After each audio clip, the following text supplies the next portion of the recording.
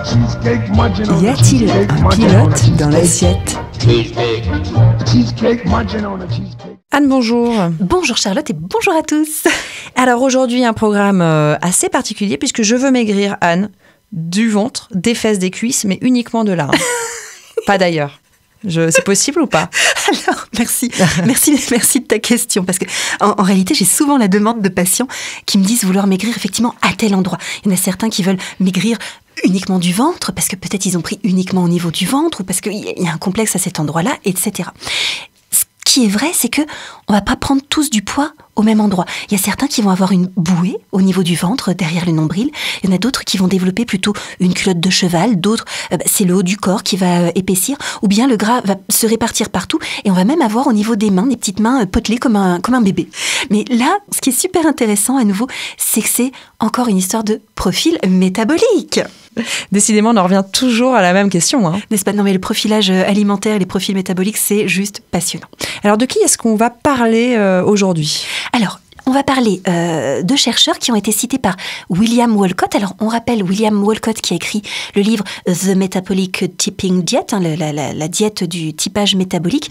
On vous renvoie à notre chronique sur le typage métabolique, du coup. Et dans son livre, William Wolcott, il va citer les docteurs Henry Biller et Elliot Abravanel. Donc, il s'agissait de médecins américains.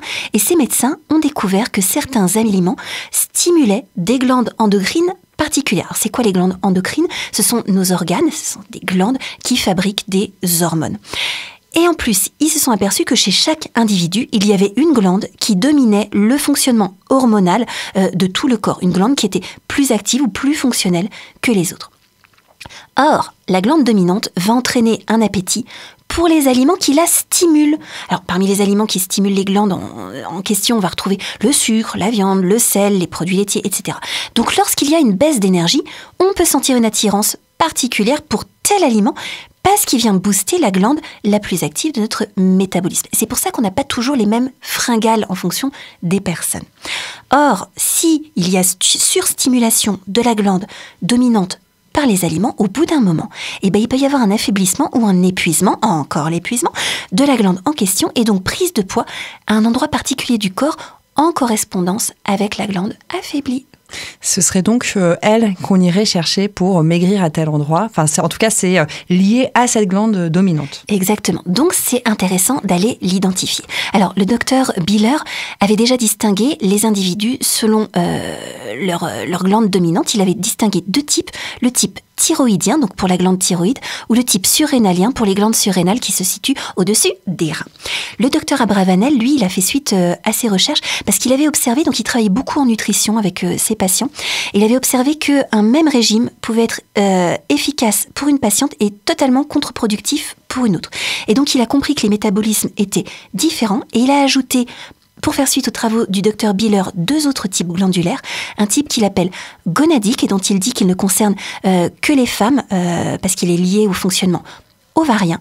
Et un type hypophysaire. Alors le type hypophysaire, il serait plus rare, il concernerait 5% de la population d'après Tati Lowers. Et là, je vous mettrai en dessous du podcast un lien vers un article où elle cite ce chiffre et où elle reprend, elle parle des recherches d'Abravanel notamment.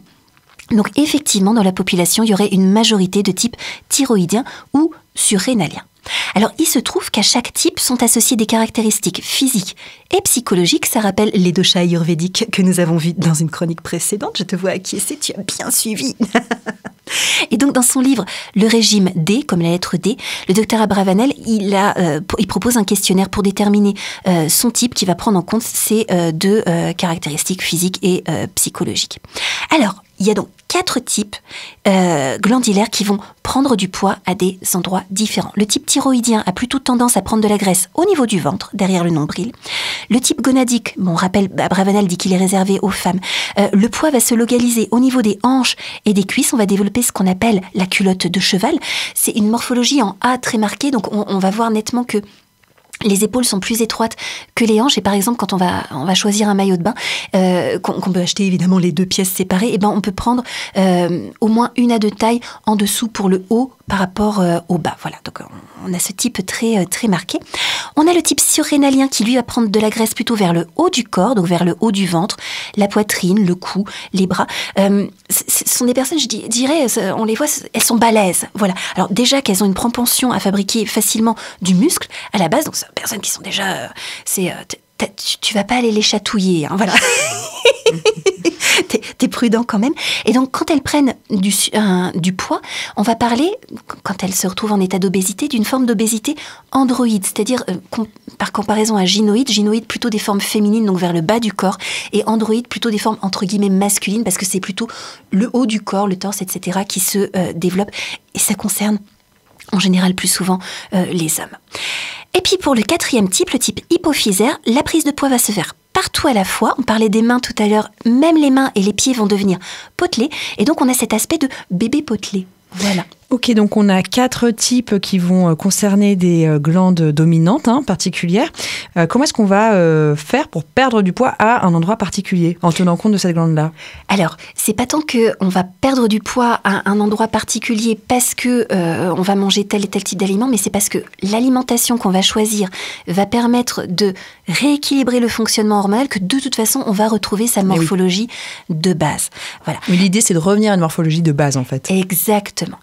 Parce que quand on regarde, on peut voir sur Internet des schémas justement par rapport au type glandulaire où on voit la personne quand elle est à son poids d'équilibre et la personne quand elle est en surpoids. Et on voit par exemple le type surrénalien, même quand elle est à son poids d'équilibre, déjà on voit que c'est plus développé vers le haut du corps. C'est pour ça que je parle de balèze et qu'on va pas aller les titiller, quoi.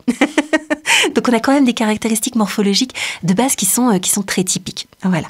Alors le principe qui est proposé par le docteur Abravanel, c'est de réduire les aliments qui stimulent la glande épuisée, pour qu'elle puisse se remettre d'aplomb, et puis par contre de booster les aliments qui vont soutenir les autres glandes pour retrouver un fonctionnement hormonal global, harmonieux et très fonctionnel. Voilà. Donc par exemple, le type thyroïdien, il va être très attiré par le sucre et par le café. La proposition, c'est de diminuer tous les sucres et de diminuer le café et d'augmenter les protéines pour stimuler les surrénales. Donc on va passer à une alimentation un petit peu de type chasseur. Là, je renvoie à nouveau à la chronique sur le typage métabolique pour comprendre de quoi il s'agit. Le type surrénalien, lui, il va être très attiré par la viande rouge et par le sel qui vont stimuler les surrénales. Du coup, la proposition, c'est de diminuer au profit des féculents, des fruits et légumes, des produits laitiers, de la viande blanche et du poisson qui, eux, vont activer l'hypophyse et la thyroïde, donc aller vers une alimentation plus végétarienne. Pour le type hypophysaire qui est attiré par les produits laitiers, on va rééquilibrer par rapport à ça. Pour le type gonadique qui est attiré par les aliments plutôt onctueux, gras et épicés, pareil, on va rééquilibrer spécifiquement ceci. Alors, ce qui m'amuse, parce que, alors je dis ça m'amuse, c'est parce que je me vois en consultation quand j'ai un type surrénalien en face de moi et que je me dis, il va falloir manger du poisson et de la viande blanche et beaucoup de légumes. Je sais que ça ne va pas plaire, parce que c'est un petit peu contre-intuitif quelque part. On dit que les similaires s'attirent. Un type surrénalien musclé, il va être attiré par la viande, et il va pas d'emblée penser à manger un petit peu plus végétarien. Si je caricature, c'est pas des femmelettes, quoi. Voilà.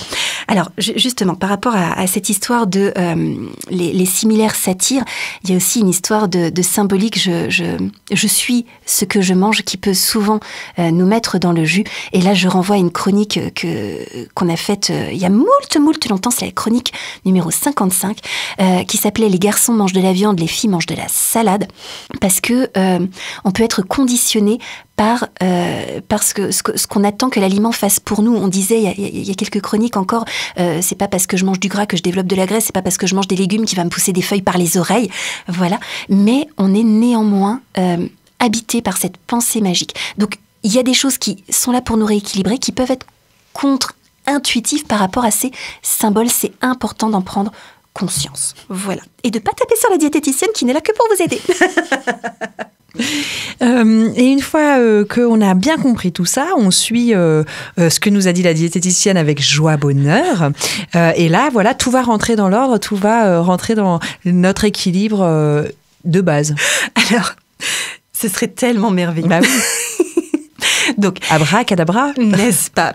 Abracadabra, Abravanel. Donc, prudence avec le régime proposé par le docteur Abravanel. Déjà, si vous allez lire son livre, hein, le régime D, qui date de 1983, on va y retrouver une forme de diabolisation des graisses. Hein. Voilà, au début des années 80, les graisses, elles sont encore très loin d'être réhabilitées. Et puis, il va prescrire une restriction calorique, c'est-à-dire, voilà, admettons qu'une femme adulte ait besoin d'environ 2000 calories par jour juste pour bien fonctionner. Hein. C'est la quantité de calories dont elle a besoin quand elle est à son poids d'équilibre. Bah là, il va apporter que 1200 calories. Voilà. Et ça, c'est pour la phase, on va dire, active. Et il y a une phase encore de fin de régime où on n'est qu'à 900 calories par jour. Donc, ça peut être particulièrement inadapté chez certaines personnes. Si la personne n'a pas spécialement de problème de santé et que sa prise de poids elle est en lien avec des choix d'aliments qui lui conviennent pas ou qui ont pour conséquence des apports alimentaires excessifs, en fait, il va suffire de changer la nature des aliments et de suivre, comme on fait en diététique comportementale, les sensations de faim et de rassasiement. Donc, sans avoir besoin de compter les calories, on va réduire naturellement les apports alimentaires en mangeant simplement à sa faim, et du coup on obtient un amincissement éventuellement moins rapide, parce qu'Abravanel il va promettre une perte de poids de 2-3 kilos par semaine, ce qui peut mettre à mal le métabolisme, hein, et ça peut entraîner une reprise de poids en mode yo-yo, mais du coup si cette perte de poids elle est moins rapide, elle sera plus durable. Voilà, il n'y aura pas cet effet yo-yo, justement. Donc ça, c'est pour une personne qui n'a pas de problème de santé. Il suffit finalement de manger les aliments qui correspondent à son profil métabolique et du coup, de respecter sa faim et son rassasiement. Si la personne, par contre, est en état d'épuisement, on rappelle, l'épuisement, c'est un épuisement organique généralisé où le système hormonal, donc les glandes qui fabriquent des hormones, sont fatiguées et où une restriction calorique, ça peut être vécu comme un nouveau choc à l'organisme. Il faut de toute façon impérativement éviter cette restriction énergétique si on ne veut pas, après éventuellement un coup de boost, j'ai l'impression de revivre, etc., pendant quelques jours ou quelques semaines, avoir à nouveau cette replongée dans l'épuisement. Donc, pour résumer, si l'état métabolique du moment le permet, c'est ok de tester les pistes alimentaires, mais sans s'y enfermer, parce que c'est un petit peu simpliste, hein, nous ne sommes pas qu'une glande. On est complexe, on est subtil, on est changeant, et on n'est pas fait pour être enfermé dans un cadre alimentaire. Voilà. D'où une fois de plus la finesse du profilage alimentaire qui va croiser différentes approches et qui soutient l'écoute de soi. Merci Tati Lowers. Et merci à toi Anne pour cette chronique bien passionnante. Hein. C'est la première fois que je prends note de cette glande dominante et ça me donne des pistes. Tiens. Mais on continuera l'enquête un peu plus tard. Semaine prochaine, par contre, on parle d'une cuisine nature et une assiette ressourçante. Alors ça donne envie. Hein, surtout avec ce printemps magnifique dans les Bauges. Mais ça, c'est la semaine prochaine qu'on en parle avec Tati Lowers. Voilà, absolument. Elle sera pas là, mais elle sera là en esprit avec nous. Ouais, elle est toujours un peu là quand même. Allez, merci Anne, à la semaine prochaine. Merci, belle semaine à vous.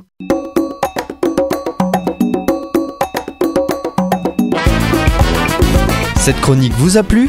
Alors participez-y en posant vos questions à Anne-Claude à l'adresse contact@radioalto.info.